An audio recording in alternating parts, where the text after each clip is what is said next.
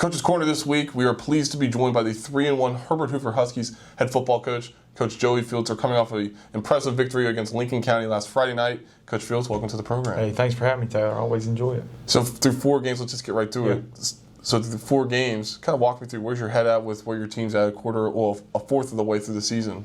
Yeah, I mean, getting better each day. I said that this team needed more practice. They need more games. They need more experience. You have some really good players back from last year's team, but we have some guys in some key roles that don't have a lot of experience or are young or haven't played a lot of football. So more practice, more games, and facing good competition that we have so far has fast-tracked us to being a lot better probably than what I maybe even thought at this point. You talked about just getting better each day. I know coaches can use that as a default answer anytime, but just from your perspective, getting better, what goes into that on a day-by-day basis, whether it be in the off-season, going back to that, or even just on a game like what we had this week? When I look at getting better, it's like being intentional about it. Everyone's practicing, everyone's on game 4 or 5, whatever it may be. What makes ours different, and it's being intentional about our practice. We don't practice long, but it's we want to be efficient, but we want to be focused the whole time. And then it's kind of out of sight, out of mind. These are 15, 16, 17-year-old kids. Football's probably second or third on their list, but when you're here, it's got to be number 1. So let's strap it on. Let's be intentional about our practice and focus and get something out today. And our guys have responded to a lot of years, and I think we continue. If you look at our teams in the last 5 or 6, we get better as the year goes on. And then, like we always say, they remember November. That's when we want to be playing our best football with whoever is still in our locker room. Yeah, kind of talking about the last 5 or 6 years with getting better as the season progresses. Why do you think that is? Why do you think each team over the last 5 or 6 years has progressively gotten better each week throughout the course of the season? Are you kind of seeing that with this year's team? Oh, yeah, I am. I wish I could solve it week 1 and week 2. It seems like since 2011 I've been horrible week 1, week 2. But I think it's just not trying to reinvent the wheel.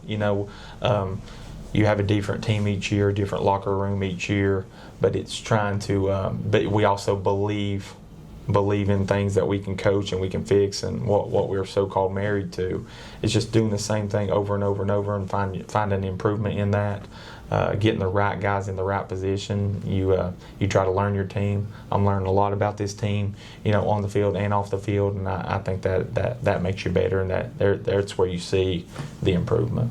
How have you kind of seen this team improve then from where we were back on August 4th, whenever the season kicked off, to where we are now leading into week 5? Well, I think that loss week 1 kind of opened some eyes. Like, hey, here's why we lost. You can go show on the film. Now, it's a good team in Independence, but we felt we're a good team too. It's a game we thought we should have won, but they outplayed us with effort and they just wanted it a little more. But football is so much in, hey man, where are your eyes? Where's your hand placement? Where's your leverage? Where's your communication? Where's your confirmation in that communication? And then boom, ball snapped. And it's 3 phases of football. And guys who have not done it a lot and not done it a lot in crucial moments, they're going to stray. And that's where we go back to practice.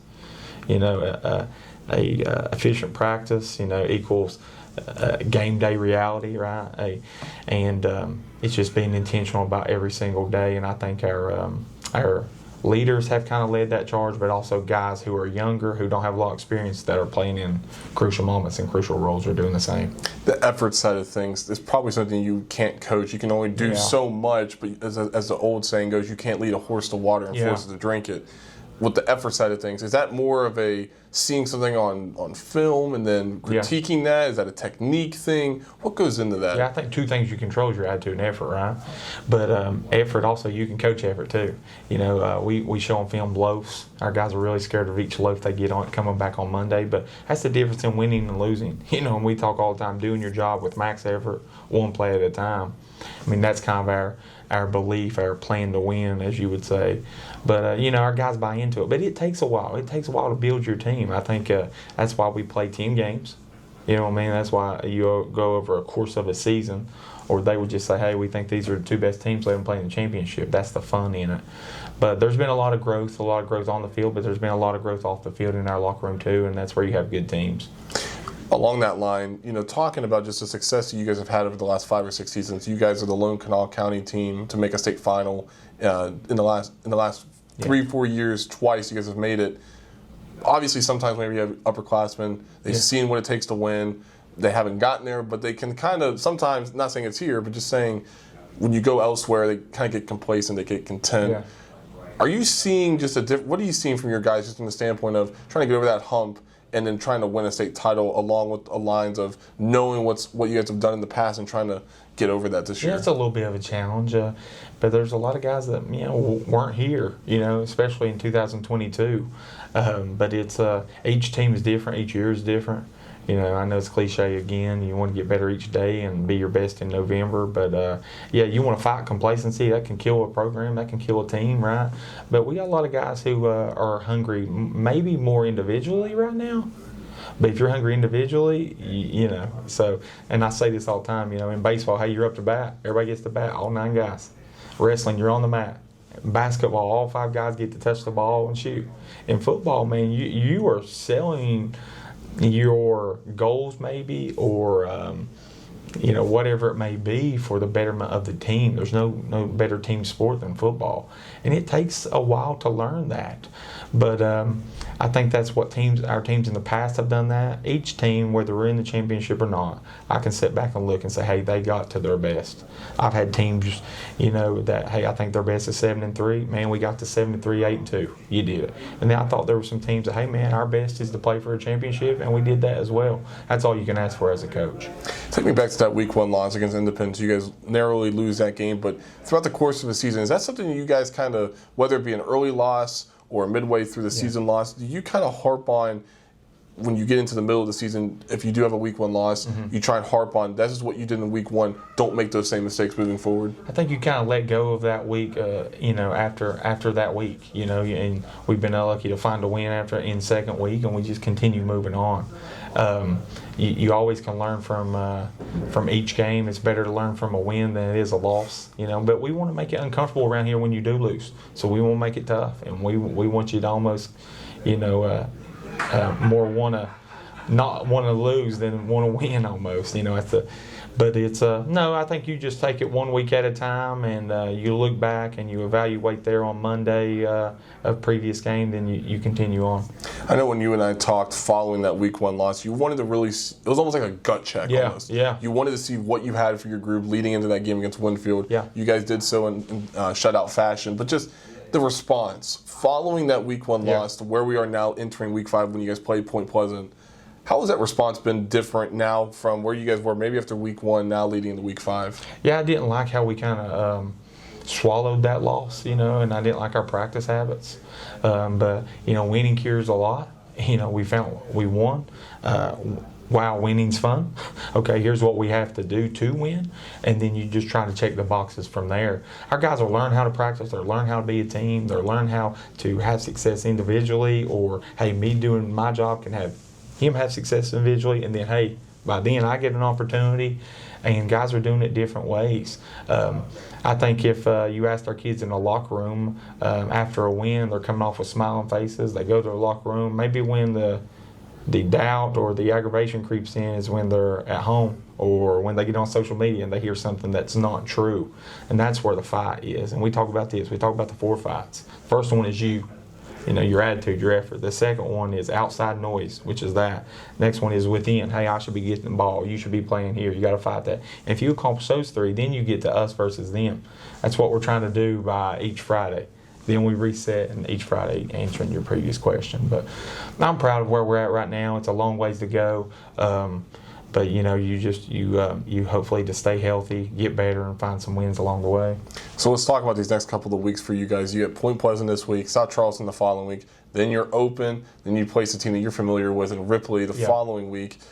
Just kind of walk through these next couple of weeks. What do you want to see from your group leading into the second half of the season? Yeah, improvement. Improvement in different phases. I felt like last week in a game that we should win, and we did in a score margin there. But our guys were still doing their job. They're still with Max Everett. They're still in the right position, still playing with leverage, still playing with finish, and it wasn't just going through the motions because we can or we should. So I was pleased with that on film and on Friday night. But you're coming up on a stretch where we're at home a little more than we have been. That's exciting to get back with our fans. We always play good here at Husky Stadium, but it's also we're getting into the meat of the conference. But also maybe some teams that our guys in the locker room are familiar with or they know, so that's exciting as well. But no, it's always good when you're sitting here at 3-1 and you getting some home games coming up. You're a Matewan guy. You know the importance of small town football. Oh, yeah. And you mentioned the home crowd here. I know you guys have a really great tradition you guys are trying to build off of, leading in from the end of the third into the fourth. Kind of talk about just the fan support that you guys have been able to receive in your tenure here at Herbert Hoover, and what that's like for you compared to other stops. I mean, I really believe there's no better, and I would say that if I was still at Matewan, and there's no better. There really isn't. I've been to all of them, or I've been a part of different programs, and it's an exciting atmosphere here. But people care.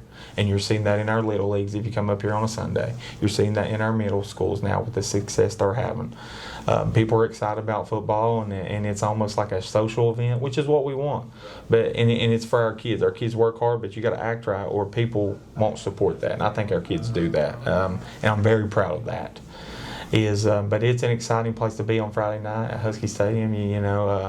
I honestly can stand on and believe that there's no better, and I know I have some friends, I won't call them out, that are at big programs as well that understand that this is it's a community. It feels like a Matewan, you know what I mean? Like that's it, but it's bigger, and it's a beautiful place for our kids.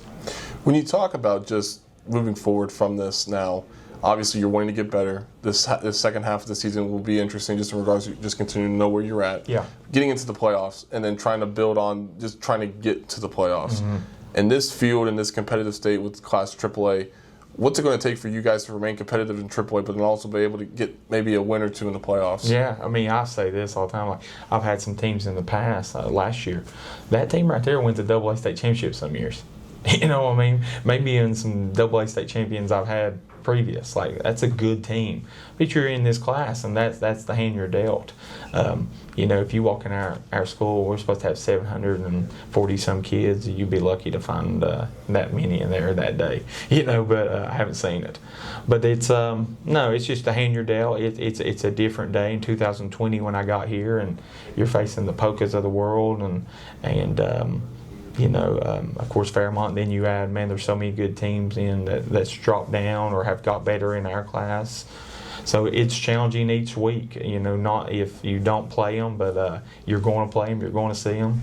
I think there's 7 or 8 teams right now, Taylor, that have a chance to win it. We're one of those. We want to think we are. We're working to be. But it's we're going to play an opponent we've already played again in the playoffs, and where are we going to be? I do believe that we are equipped to get a lot better if we choose to. Talking about real quick, going back to the biddy ball side of things in the Little League, I know as a coach, again, going back to your Matewan roots, you know the significance of just investing in your youth moving forward with that. Here, you mentioned how there's a lot of excitement with that. What your mindset with the head football coach's involvement at the high school level with the middle school level and the biddy ball level? How involved do you like to be in those, and how important do you see that role being for you? Oh, huge. It's and we have great guys involved. I don't want to take no credit there, but like when I first got here, we had like 36 players in our little league. Within 1 year, we had 104.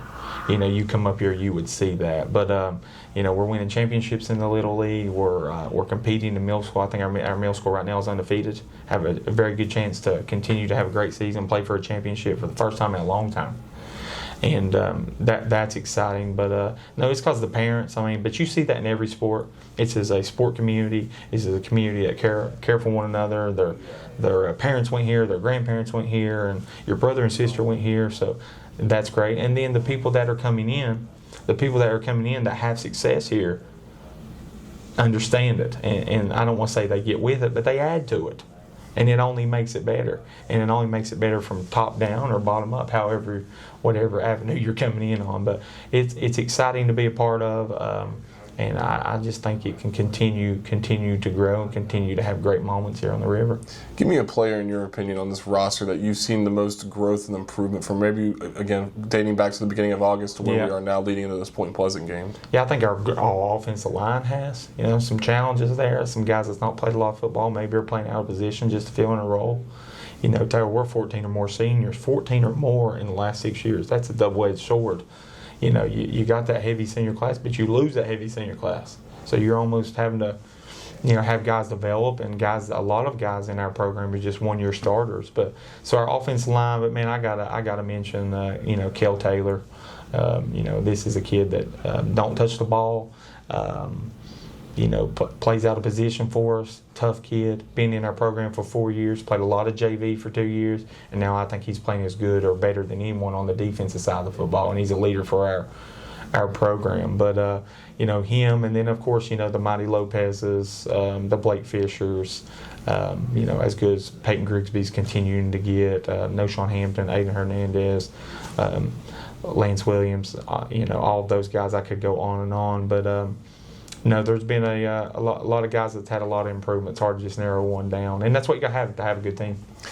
One more player question. Talking about Peyton real quick. Yeah. I know you put that jersey on. People know who that jersey is and who wore it before you did at number 13 with Dane in the past, and obviously we've talked about him before on this program. But just with Peyton, managing those expectations, but also just trying to write his own story. How have you kind of seen him evolve and blossom, only being a sophomore in this program? Yeah, that's a hard thing to do. You replace a guy like that, but he didn't come here to replace a guy like that. I think he came here to, get better, play in big games. But man, he's having a lot of success, and but it's hard to play. That's the hardest position in football, is play quarterback, especially play it the way we want you to play it, the way it's been played here before, and to play it as a sophomore. But here's a guy that's got 1,100 passing yards and 13 touchdowns in 4 games. So, but he's only going to get better. His best football's ahead of him because he likes football, he loves football, he cares about his teammates, and he's getting better each day. But man, it's hard to play that position at a high level, and he's doing it really, really good. So, as people on this program know, in the last couple of minutes here, let's talk about just high school sports and high school football in general at a macro level in the state. Yeah. Give me something in your mind that whenever you wake up in the morning, you start thinking about where we are as a state. What gives you that itch, that annoying itch? Maybe it'd be on your where your back where you can't quite scratch it. Yeah. And you're trying to figure out how to get to it. What's giving you that itch right now? I think this is the wrong people. It's the wrong people involved in our sport in West Virginia, high school sports. You look in Texas, you got to be a teacher to even coach, and I know that's Texas, but there's a lot of states. But ours is the wrong people involved, the wrong voices in our kids' head. We're listening to somebody who is on social media and thinks they have a platform, and they'll say the off the wall craziest stuff, and you'll have 15, 20, and maybe 100 people agree with it, and then that just becomes the truth, which is crazy to me, and it's hard to fight in your locker room. And I think the best teams fight it the best, and that's what we're trying to do. But you've got guys who have never even played the sport, or not played it at a high level, or not been a part of high school athletics, or why aren't they a part of high school athletics? Well, I can probably tell you why I think they're not. That's just the reality of it. When I first started coaching, as 19 years old, I said, man, I want to be a head coach by the time I'm 30, because back then, guys stayed in the role. Good coaches, but better people stayed in the role for a long time. And, I ended up becoming a head coach at 26. I was fortunate for that and was not ready. Don't know if I'm ready now. I'm sitting here 35 years old, 18 years of coaching football, and you devote your life to this, of getting better and trying to do right for kids, and you still don't think that you're ready or you're doing the best job or whatever it may be, but somebody can get off on social media or wherever and make a comment like that. It's just unbelievable to me. So my biggest thing is protecting our kids and protecting their mind and protecting what they hear. I had a college football coach come in here, and I'm friends with a lot of these college football coaches and pick their brain, without naming some of their names that I'm close with, but we had a college football coach coming here at D1 level, sitting here with us for 2 hours. And he told me stuff that I didn't even know. And I'm involved in the game every day and want to know and try to learn. So then somebody who has no idea is just, it's unbelievable to me. But how do you stop that? I don't know. You just educate your kids. And you just show them, but they've got to believe in you, or you're just words just like that person is just words. So it's challenging. And the reality is, you control your attitude, you control your effort.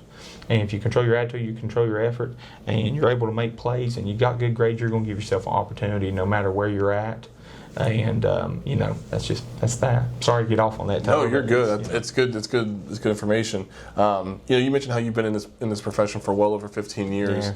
Kind of give me your landscape. How has, whether it be the sport itself or maybe the coaching landscape itself, how has that kind of all evolved in your years being a coach in high school football? Yeah, I think when I'm becoming 26, I was the youngest head coach. I'm probably still one of the 5 youngest, and that's changed. You're looking at us when we got here just at Hoover. Our staff you went COVID, you went classification changed 2 or 3 times, you went injunctions. You're now in NIL. It's just unbelievable from 2019 all the way to when I played in 2007. Like nothing changed. You have classification every 4 years, and it rarely changed. And now it's changing on a daily. So you just got to adapt if you want to continue to have the best program. It's not so much about winning, but having the best program for your kids. I got 67 kids in there that put in a lot of effort to have a good season, and I want to give them a good memory and a good experience. That's the burden I hold. Not wins, but also the sad part about it is wins creates more memories, better relationships, and I think when you win, your voice is heard louder and the impact than a coach who is 0-10. That's the sad part about it. But we got to get better people around our kids, better coaches around our kids. That's a challenge. I don't know how you fix that. But me and our program, I'm going to hire a better person first and coach second, and then we're going to figure the rest out. And I do that same thing with players. My best players are my best people, and that's who you win with. You mentioned a lot of different things right there. You mentioned the classification changes. You mentioned NIL. We could talk about the transfer portal as well. But there's just been a lot of headaches, as some would say. And it's almost like Clark Griswold and cryptification, trying to figure out where the Tylenol is in a sense. In your perspective, I mean, I asked Billy Steele this at Huntington. Mm-hmm. I asked Eddie Smolder this at Winfield. I'll ask you the exact same question as we will continue to do so on this. Where's your head at in regards to high school athletics in this state? Are we on the right trajectory? Are we trying to do too much? Where's your head at in 2025 as we sit here on Monday? Yeah. Where's your head at? I think it's improved, and I told you this summer. I think that has improved. But as long as there's dialogue, there's communication with the right people. With the right people, the administration, the ADs, the coaches. And then we need to lean more on the coaches that have been here in our state, that have been through it, and you name some guys right there I have a lot of respect for, and so on and so on. Those are the guys that's been in it. If I'm going to go get some advice about a car, I'm not going to get it from, somebody who drives a motorcycle. Yeah, or me being a journalist. So, that's a big thing. We got to do a better job. Well, I understand that our state is small economically. I understand all that, but there is still good people here, and there's good people who care. So that's who we got to lean on if we want to hold the values that we've always had and have the improvement. Well, Coach, good luck on Friday night against Point Pleasant, and good luck moving forward as we enter the second half of the season, and hopefully to see you guys back in the Final 16. Yeah, I hope so. Thanks, Tyler. Absolutely. That's head coach Joey Fields of the Herbert Hoover Huskies. Be sure to check us out on our website by going to wvgazettemail.com from now until the end of the high school football season in Charleston at Laidley Field from December 5th to the 6th by going to our website again, wvgazettemail.com. Be sure to follow us on Twitter at GazMail Sports. That's GAZ Mail Sports. And be sure to follow us on Facebook at HD Media Sports.